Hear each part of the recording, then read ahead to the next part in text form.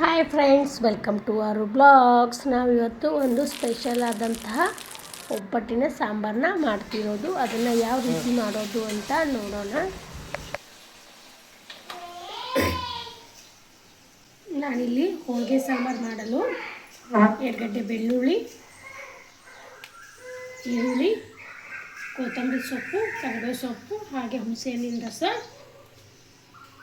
ಕೊತ್ತಂಬರಿ ಕಾಳು, 1 ಸ್ಪೂನಷ್ಟು ಜೀರಿಗೆ, ಒಂದು ಏಲಕ್ಕಿ, 3 ಲವಂಗ, ಸ್ವಲ್ಪ ದಾಲ್ಚಿನ್ನಿ, ಆಮೇಲೆ 4 ಮೆಂತ್ಯಕಾಳು, 10 ಪೆಪ್ಪರ್ ಕಾಳು, ಆಮೇಲೆ 8 ಮೆಣಸಿನ್ಕಾಯಿ.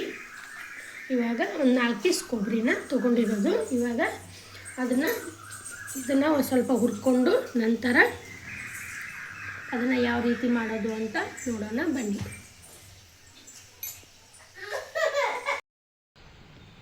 ಒಂದು ಅರ್ಧ ಸ್ಪೂನಷ್ಟು ಎಣ್ಣೆ ಹಾಕ್ಕೊಳ್ಳಿ.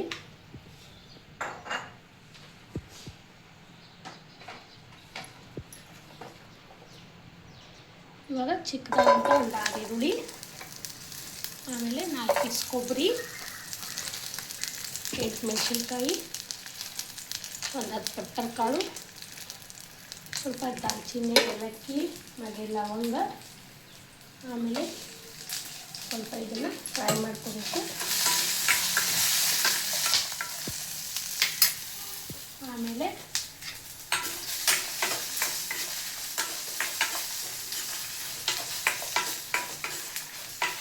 ಇವಾಗ ಜೀರಿಗೆ, ಕೊತ್ತಂಬರಿ ಕಾಳು ಮತ್ತು 4 ಮೆಂತ್ಯಕಾಳು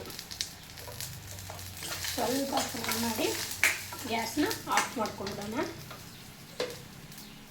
ಇವಾಗ 18 ಕರಿಬೇವು ಸೊಪ್ಪು ಹಾಕಿ ಸ್ವಲ್ಪ ಫ್ರೈ ಮಾಡಿಕೊಂಡು ಇದು ಆರಿದ ನಂತರ ಮಿಕ್ಸಿಗೆ ಹಿಡ್ಕೋಬೇಕು. ಹುರ್ಕೊಂಡಂಥ ಮಸಾಲೆನ ಮಿಕ್ಸಿಗೆ ಹಾಕ್ಕೊಳ್ತಿದ್ದೀನಿ. ಇವಾಗ ಅದಕ್ಕೆ ಮಸಾಲೆ ಎಲ್ಲ ಉದಿರೋದು ಹಾಕಿದ್ದೀನಿ. ಇವಾಗ ಬೆಳ್ಳುಳ್ಳಿನ ಹಾಕ್ಕೊಳ್ತಿದ್ದೀನಿ, 1-2 ಗಡ್ಡೆ ಅಷ್ಟು ಬೆಳ್ಳುಳ್ಳಿನ, ಆಮೇಲೆ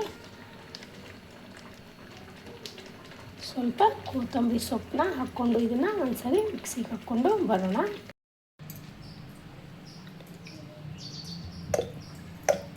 ಒಂದು 3 ಸ್ಪೂನಷ್ಟು ಎಣ್ಣೆ. ಇವಾಗ ನಾನು ಇಲ್ಲಿ 3 ಸ್ಪೂನಷ್ಟು ಎಣ್ಣೆನ ತೊಗೊಂಡಿದ್ದೀನಿ. ಒಂದು ಚಿಕ್ಕ ಸ್ಪೂನ್ ಇದೆ, 3 ಸ್ಪೂನಷ್ಟು ಸಾಸಿವೆ,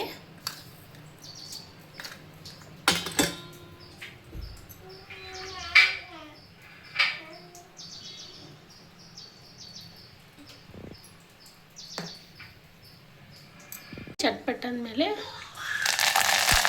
ಕೊತ್ತಂಬರಿ ಸೊಪ್ಪನ್ನ ಹಾಕ್ಕೊಳ್ತಿದ್ದೀನಿ. ನಂತರ ರುಬ್ಕೊಂಡಂಥ ಮಸಾಲೆನ ಇದಕ್ಕೆ ಹಾಕ್ಕೊಳ್ಳೋಣ.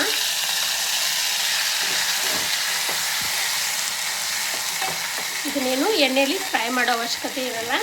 ಇವಾಗ ಮಸಾಲೆ ನೀರನ್ನ ರುಬ್ಬಿರುವಂಥ ಮಸಾಲೆನ ಇದಕ್ಕೆ ಹಾಕ್ಕೊಂಡಿದ್ದೀನಿ.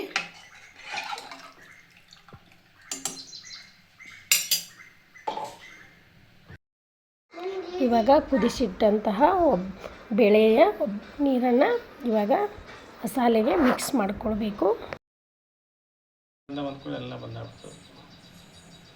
ಇವಾಗ ಒಬ್ಬಟ್ಟಿನ ಹೂರ್ಣನ 1 ಸ್ಪೂನಷ್ಟು ಹಾಕ್ಕೊಳ್ತಿದ್ದೀನಿ.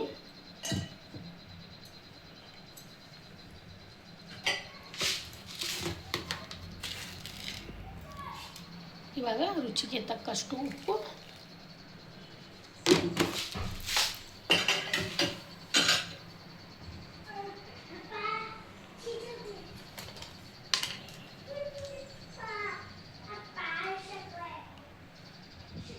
ಹುಣಸೆಹಣ್ಣಿನ ರಸವನ್ನು ಇದಕ್ಕೆ ಹಾಕ್ಕೊಳ್ತಿದ್ದೀನಿ, 1-2 ಸ್ಪೂನಷ್ಟು.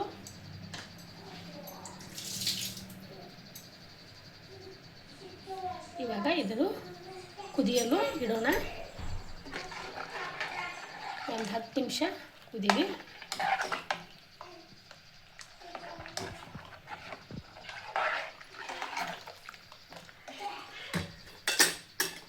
ಮತ್ತು ಕುದಿಯುವಾಗ 1 ಸ್ಪೂನಷ್ಟು ಅರಿಶಿನ.